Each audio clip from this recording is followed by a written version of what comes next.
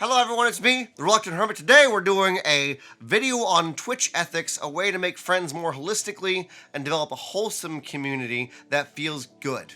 Because I think that's really, really important when you're first starting out on Twitch. And what I'm going to be doing is I'm going to be sharing some of my experiences. So these are not hard opinions, just things that have made my time easier on Twitch, things that I've garnered from other people, things that I've asked other streamers when I was first starting out. And the reason that I'm bringing this up is because as we develop as streamers, as we develop as really even people, I think it's important to try and think about how we relate to others, right? Because ultimately that's how we grow individually, and that's how we grow a community.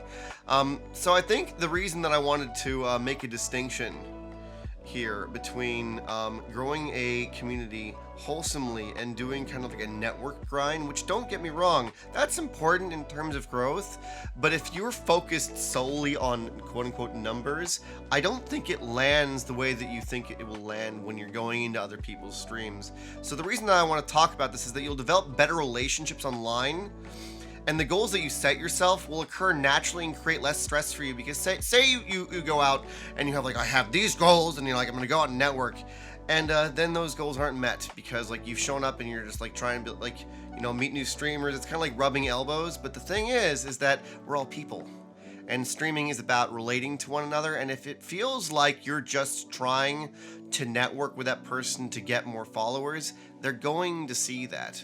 They're going to feel kind of like, why are you approaching me this way? And that's not to say that you're being necessarily mean. It's just that it doesn't always land well. So people can feel what's behind your communication. I think I've seen this all the time, is that I can see when someone is trying to lead somewhere. And what I would suggest while trying to make new friends online is just be present with the people that you're with, or be very transparent about why you're there. If you're looking for new friends, approach every chat and streamer as you would as if they were standing right in front of you. Or if you're trying to network, maybe reach out to them directly after the stream and say like, hey, I'm really trying to grow. I see that you've been doing this yourself very well. How do you do it? Because if you do it on stream and you kind of take them away from what they're doing, then instead of the stream being about everybody and the collective experience, it becomes a very fixed thing, which can kind of, disrupt what the streamer's doing, disrupt what the community is experiencing.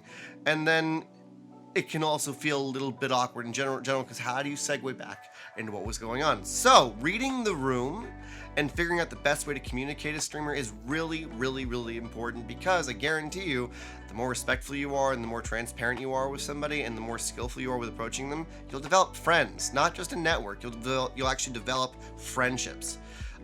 So to continue on with the idea of being respectful, there's a thing that as a viewer, or as a streamer that's a viewer, one or the other, read their chat rules. I know that some of us just click that out immediately because it's like, oh yeah, just don't be a dick, don't do these things. But no, really, pay attention and realize that those are their boundaries and they are things that are healthy for them. And that will allow you to be like, oh, okay, well, it's like being given a debrief, so that when you meet new people, you know the things that they would like to talk about and you know the things that they would not like to talk about, so that everyone can still have a wholesome experience. And also, it gives you more information so that you don't say something that was out of turn and then you have a negative feedback response. Because as much as streamers do their best to be, transparent and positive, we're also human. So it could be that like you bring up something that you feel is very, very innocent. Sometimes people really love political discussion.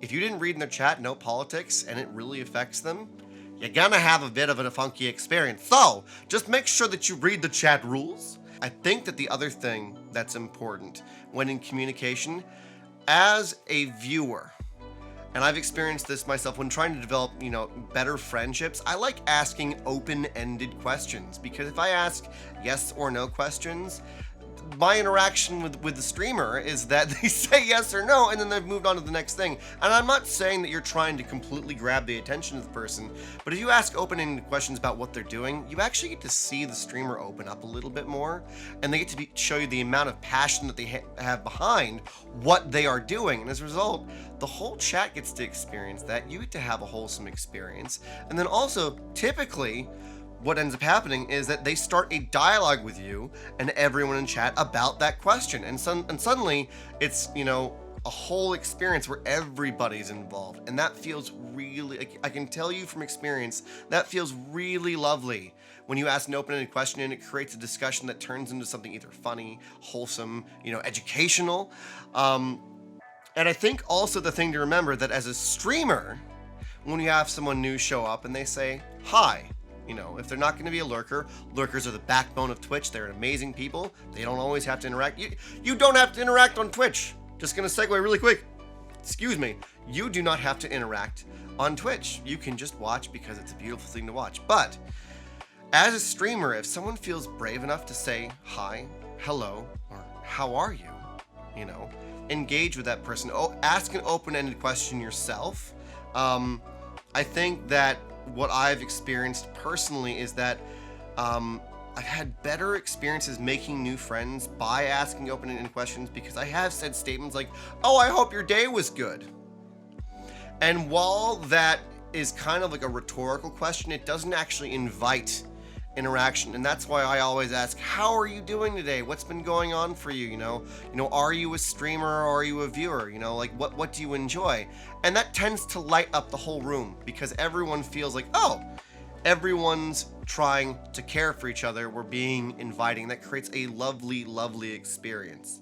Something else that I have noticed going into other streams as someone that has gone and met new people in communities is that when I show up in a new stream as a viewer, I like to read a little bit of the chat to get an idea of what's going on and to get kind of an idea of what the actual vibe of the space is, because what that does is it allows me to realize what is acceptable in this space. Are jokes acceptable? Sometimes they are, sometimes they aren't.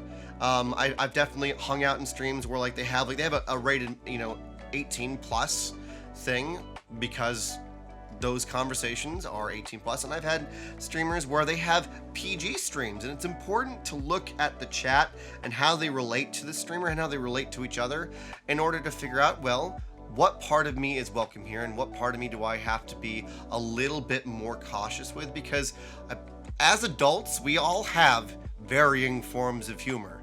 And I think that it's important to realize that humor and certain interactions have a context. And so it's important to try and feel out what that context is before we start interacting. And I'm not saying that you have to sit there and kind of analyze it and go, okay, this is what I'm going to say.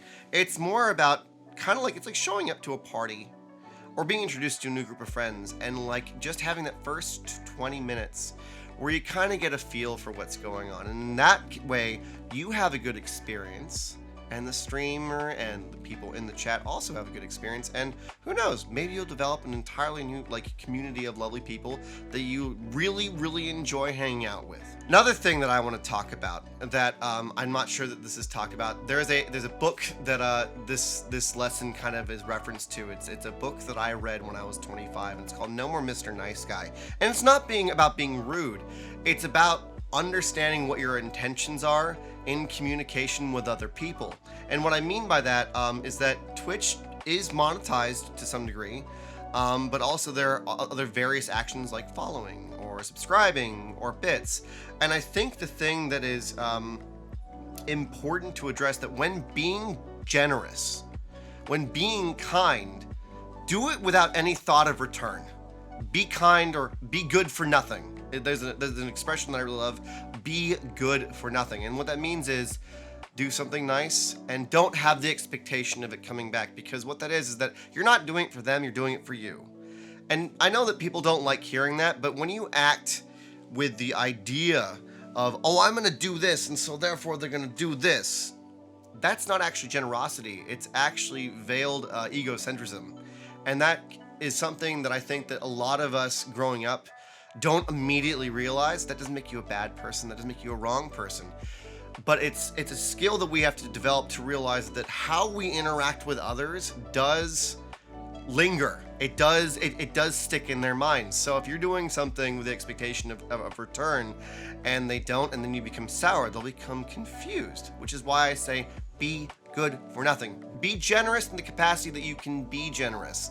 I think that the reason that it doesn't feel good is that if you don't get an immediate reaction the way that you wanted it, then you have to look at why you did that. And that has to do with your own personal growth. And that's something to pay attention to as well, which is a beautiful thing because Twitch can provide that lesson. We just have to be aware of it. By being aware of it, right, we can learn to grow ourselves. A good example of this is follow for follow is something that is talked about a lot. And again, I said at the very beginning, these are just my experiences. These are not hard opinions. But when you follow a streamer, don't expect that they're going to immediately turn around like, oh, I'm going to follow you back. They don't know you. And there's nothing wrong with that. But it's about developing a rapport. It's about developing a relationship that is like a friendship, realistically, right? So the reason that I say that that's an important thing to look at is because it's the most basic thing that is not monetized on Twitch. Following is not a monetized thing, but I have experienced and seen that when people don't get that reciprocity, like, oh, I followed you, why aren't you following me? It's not personal. It is absolutely not personal. It's about developing a rapport with that person. If you follow them, it's because you say, oh, I value what's here. I value what's going on. If every streamer did a follow for follow, I think that we'd have a very confused world because it might be that you've only said one thing to them. If they have, 5, if they have 10, if they have 20, if they have 2 people that they interacted with on a daily basis. We're all human. We don't always remember that name. And that doesn't mean that we don't value you.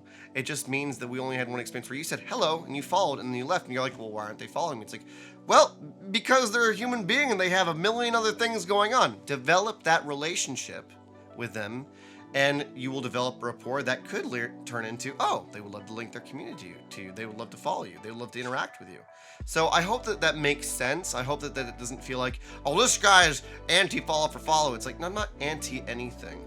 I'm trying to explain why someone may not follow you back immediately and how it has nothing to do with you personally, just how human psychology works. It's developing a rapport. And with social media, it really is pretty much one-sided because I think they said it's a certain percent of communication is facial recognition, the tone of voice. With text, we as a viewer, we only get to express a certain amount of ourselves. So it's a lot easier for us to hear someone and be interested and follow them than it is for someone to read what you're saying and for it to land and really make a really solid impression, unless we'll talk about this as well when you're being really, really vulnerable with chat and you have other things that come up that you want to talk about. That can be a very powerful thing, and then you might actually have an experience where they follow you as a result of that. Again, that's a rapport thing.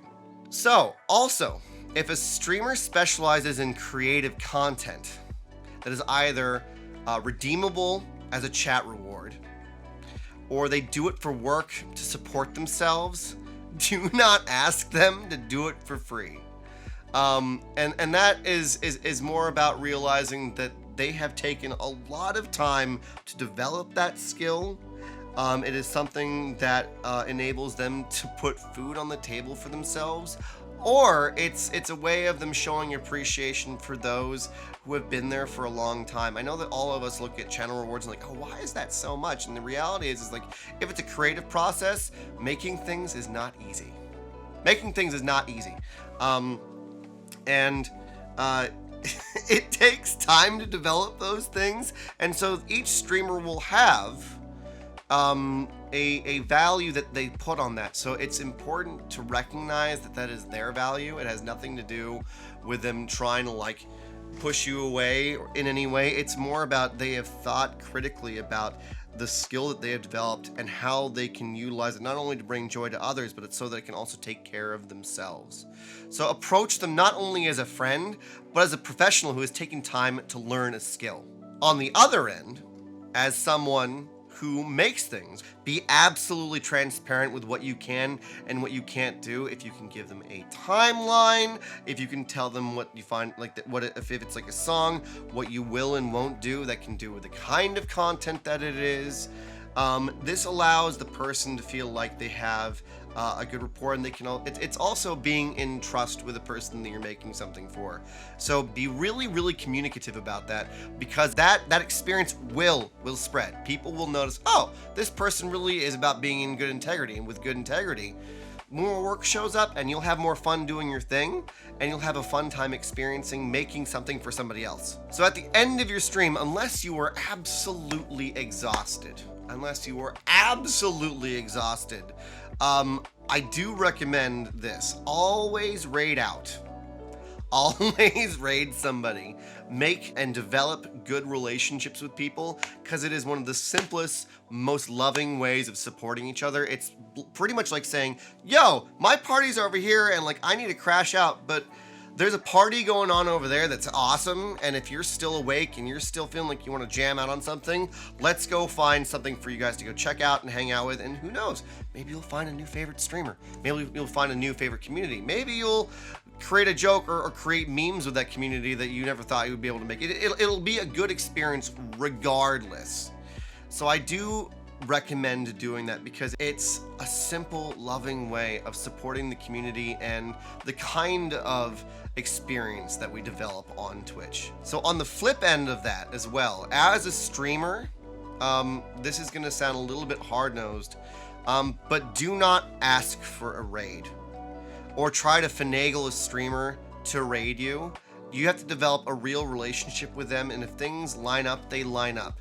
And what I mean by that is, if someone feels like you're trying to rope them into raiding you, and either they've had plans to raid somebody else, it doesn't feel very good, and that also can make the streamer feel like a jerk, because if they say no to you, they're saying no to something. And that can be very, very difficult, not only on them, but also then you have that response and you have to go into your head like, well, why didn't they raid me? What's going on? So remember, asking closed-ended questions or trying to get something from someone else, even if you think that you're being straightforward, you know, it might not land the way that you think it will, especially because if it's through text, people cannot see your face. I've seen it happen where a streamer has had an idea of who they want to raid, and someone showed up and did that. And that streamer handled it very, very well, saying, well, I appreciate that you were a streamer. I have to go through the list of friends that I've developed, and I would really like to support them over here. Let's talk some other time about what you do as a streamer. And that's a really, really loving way of making sure that someone feels like, hey, you know, I'm not angry with you, and I'm not trying to be mean to you, but I am going to do what I need to do because this feels right, and I would still love to connect with you afterwards. That ensures that the relationship between you and the other person remains genuine, and neither of you end up feeling used or manipulated. And as a result, you develop an even better relationship. So, with that, friends, I know that I've had a bit of a diatribe here for about, 15, 20 minutes, but these are things that I've had to think about. These are things that have been taught to me in general, and they have really lent to making a lovely experience on Twitch. And if anyone has a differing opinion, please let me know. Again, these are not hard opinions. These are things that I have learned and experienced, and I have tried to emulate from others, and so far I've had a very, very, very good experience.